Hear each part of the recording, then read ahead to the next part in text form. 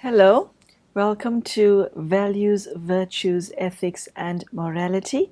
My name is Magla Pillay, and I have here in the studio with me today Sister Denise, who has been practicing Raj Yoga meditation as a teacher with the Brahmakumaris for over 40 years. The topic that we're looking at today is called double standards. The purpose of this show is to look at something called conventional morality, to look at where people are at in terms of their inner thinking, their conscience, their own set of values and standards. And the question is who you are working for you right now? And it was with that question in mind, we ask you to join us for this fascinating half an hour where we discuss the subject of double standards with Sister Denise. Sister Denise, a very warm welcome to today's show, and thank you so much for joining us. Thank you. Double standards, it's something that we see everywhere. It's omnipresent. Yet there's something in one that causes it to sicken oneself to the stomach. That's how nauseating it is. But yet it's omnipresent. Why is the world so filled with double standards? To me, the reason is because we look at other people. When you look at other people, you see what's wrong with them. You also don't look at yourself. You become judgmental, and then you start to become prescriptive about it should be like this, it shouldn't be like that, and so on, always trying to correct everyone. Then, okay, you create all these rules and regulations for everybody else, and something happens in which you make a mistake. And then the consequences of your proscriptions start coming back to you, and you say, oh, well, it doesn't apply to me. This is where it starts. So spirituality gets us to not look at other people, gets us to look at the self. And when we become prescriptive towards the self, it's a different thing, because when it comes to the self, people generally like to show how good they are and to hide their weaknesses and their character defects and so on. And if you would instead do that for other people, show how good they are and, hide their character weaknesses as you would do for yourself, then you wouldn't get double standards. So if one finds oneself in this position where you know that which you believe or that which you say you believe is very different from that which you are, how do you bridge the gap? Probably the best way is to really make a commitment not to look at others, but to really turn your attention on the self. And the conventional morality really doesn't like that, because they give you the message that, well, that's being egotistical, that's being selfish, you should always think about others, and so on and so forth. But this is actually a very severe mistake. It's very difficult to convince people of it.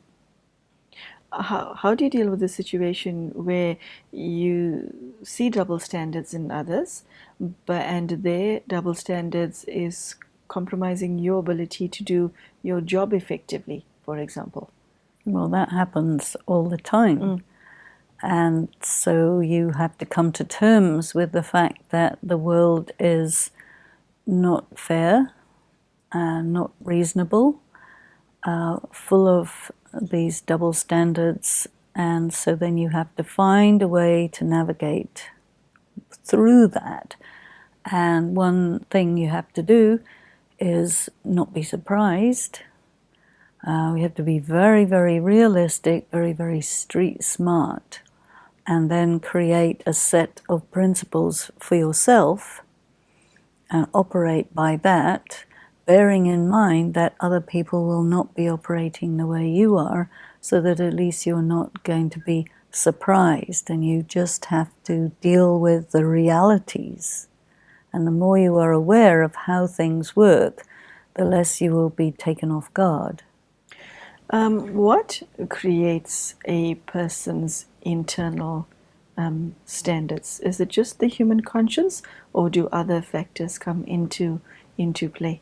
Well, there are definitely other factors, because as you grow up as a child, there are external moral authorities who keep on telling you, this is right, this is wrong, in our family we do like this, don't mix with those people. You get taught all of these things in the name of morality, and which may not necessarily be very pure, because there are some morals that are contrary to the principles of human rights, for example. There are some morals, morals, what is morals? Morals is what the ruling class in any society considers is right and wrong, with particular reference to what is convenient for them.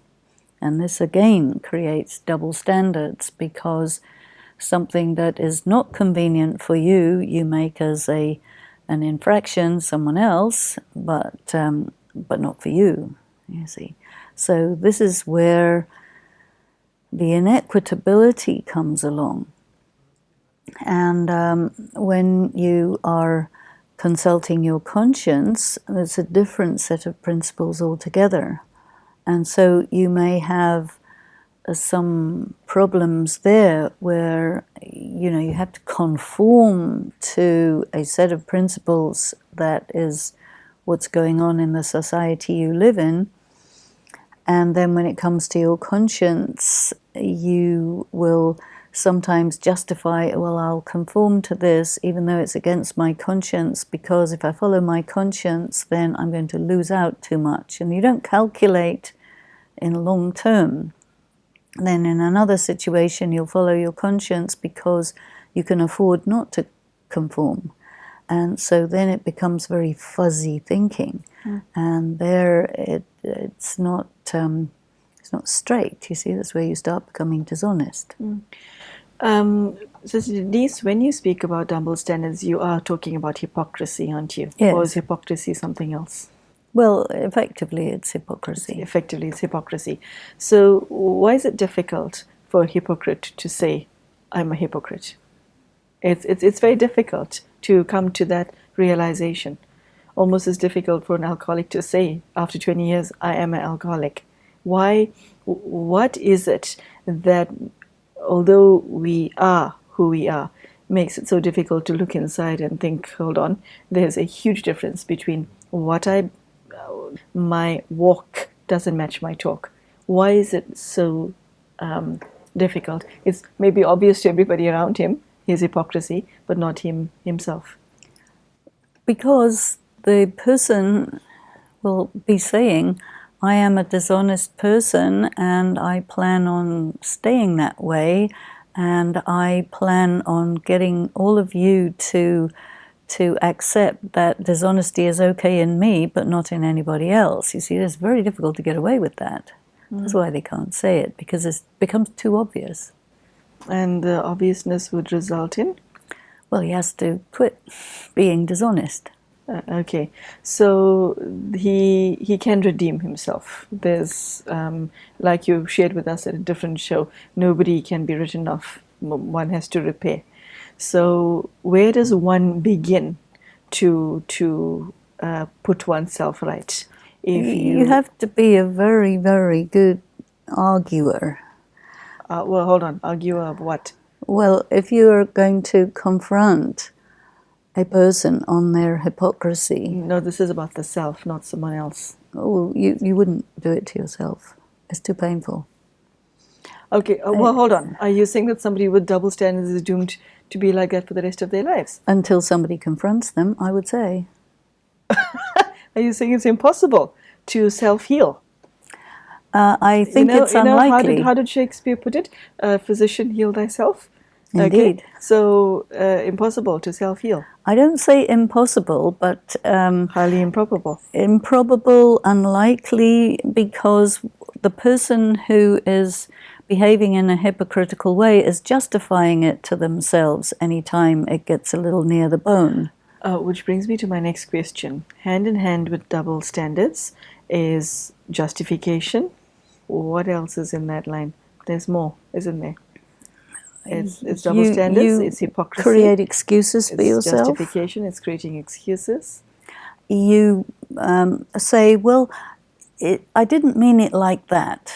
Or I didn't mean to do it really, or it wasn't really that, or you are putting it in a very harsh way. I'm not really like that, you see. This is why I said you have to be a good arguer, because you have to kind of put the person on such a spot that they have to admit it, you see. And once a person has admitted, there's where they can begin to heal.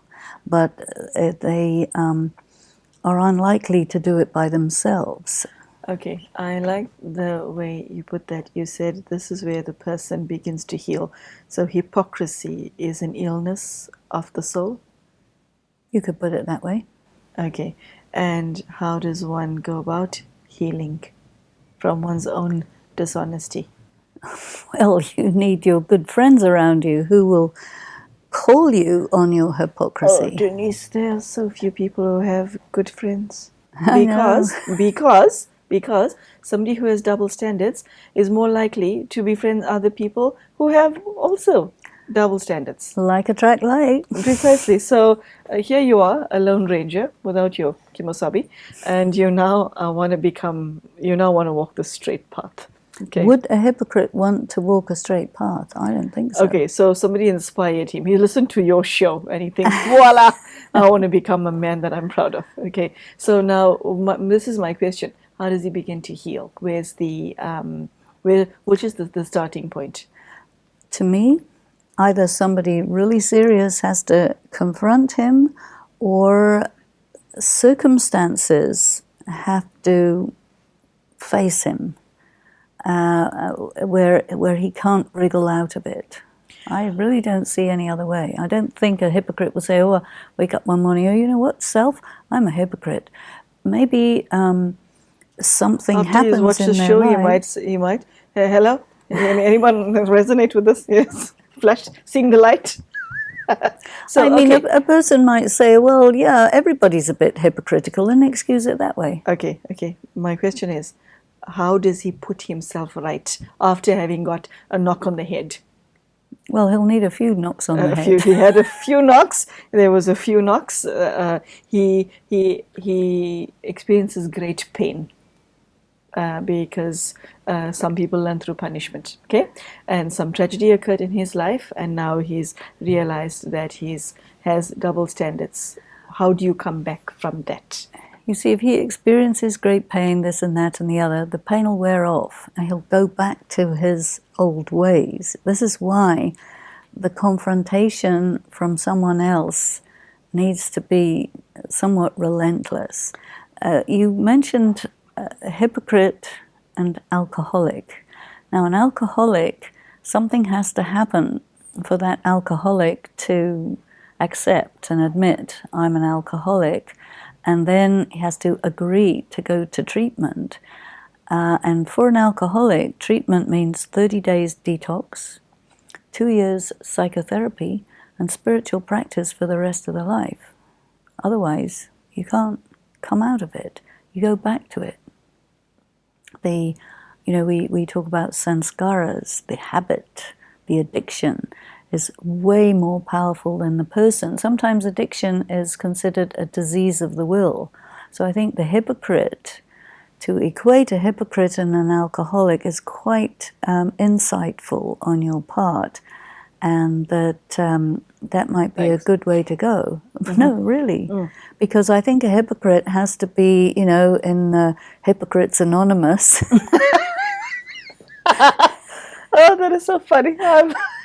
Well, yeah. Somebody out there want a business idea, that would be good. A Hypocrisy Anonymous, yes. Well, Hypocrites Anonymous have to hold each other and call each other on their hypocrisy, just as alcoholics will get together for their 12-step programs. And unless they do it, religiously and continuously over a very long period of time, they go back.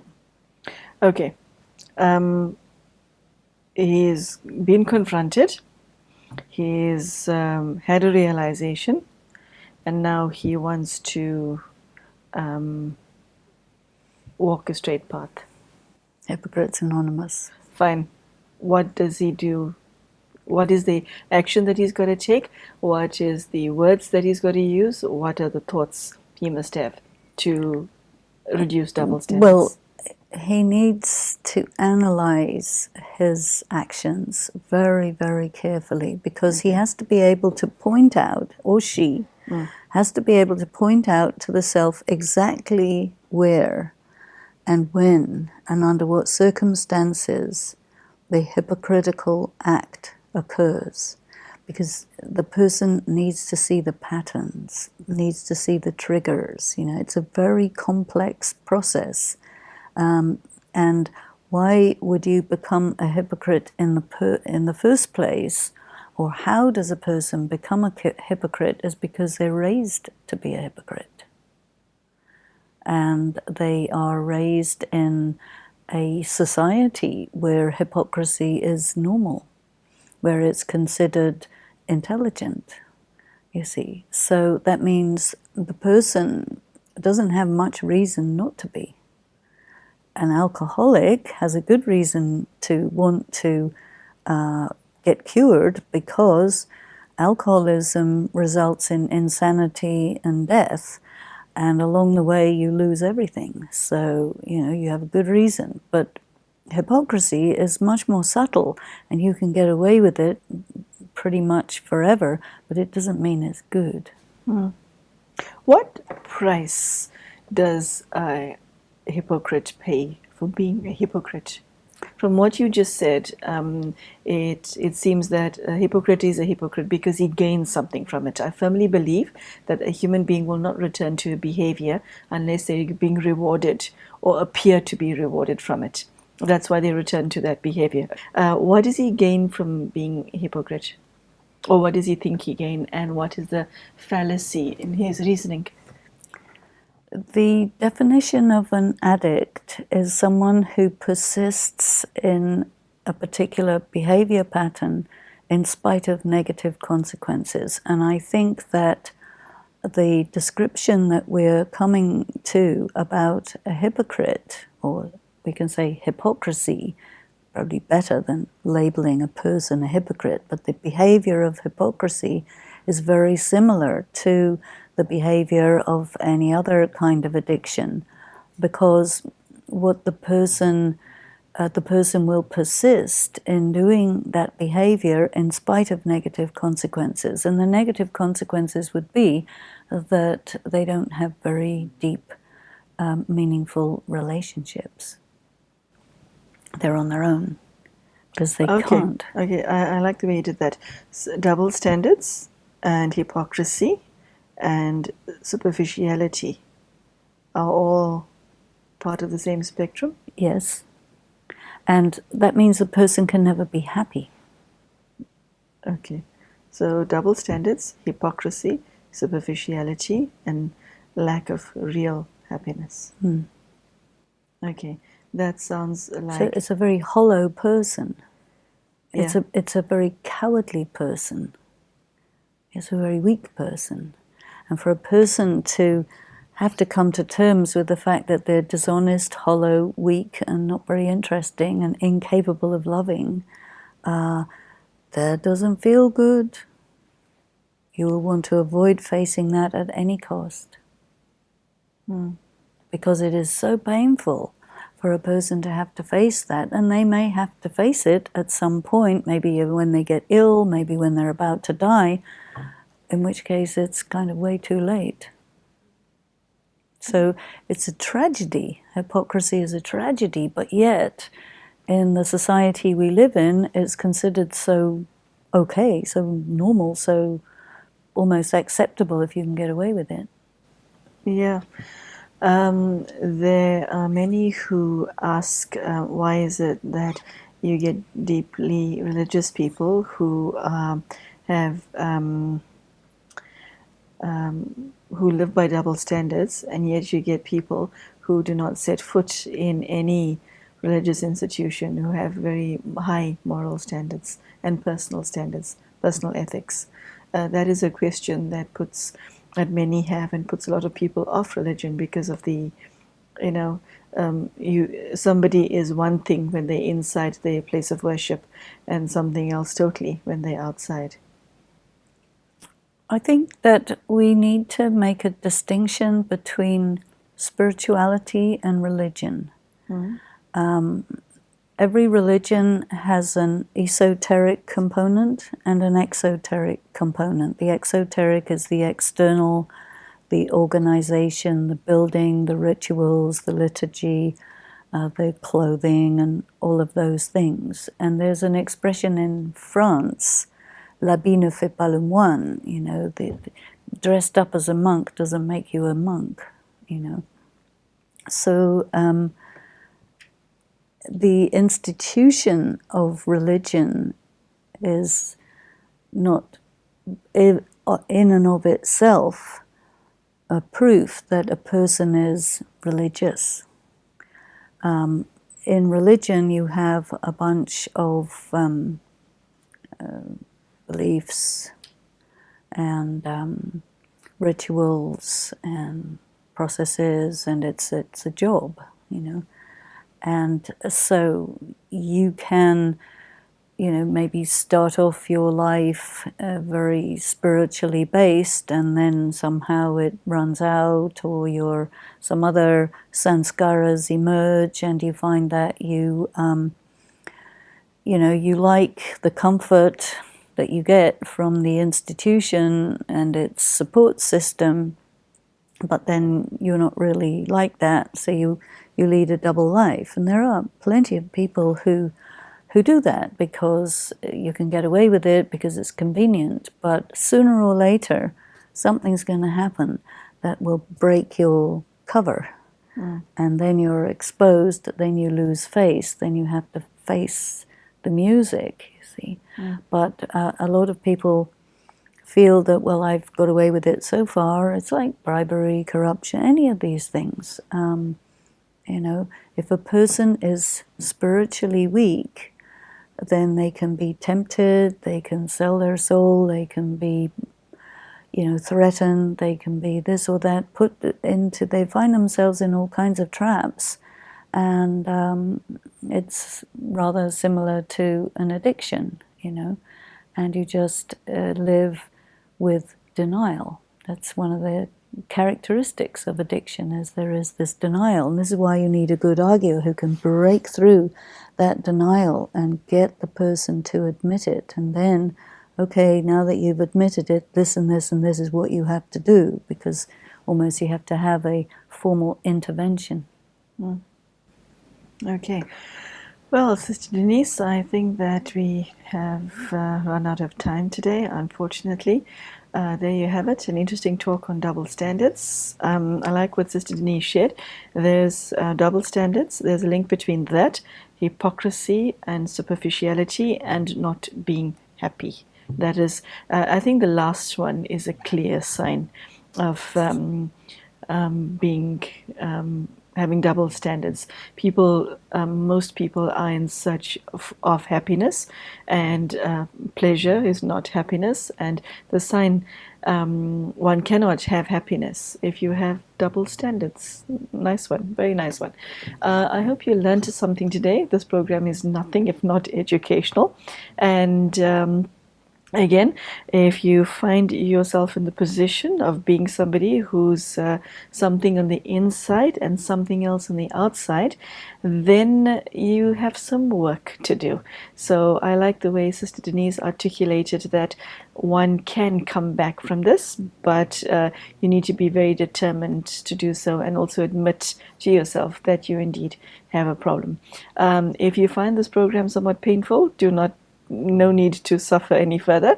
Pain can be simply the shell that breaks your understanding. So thank you so much for joining us, Sister Denise. It's wonderful to know that irrespective of what you become, you can heal from that. Thank you so much for your time, and thank you for listening. I hope you are able to take this conversation further into your home and into your heart. Good day to you, and we hope to see you again.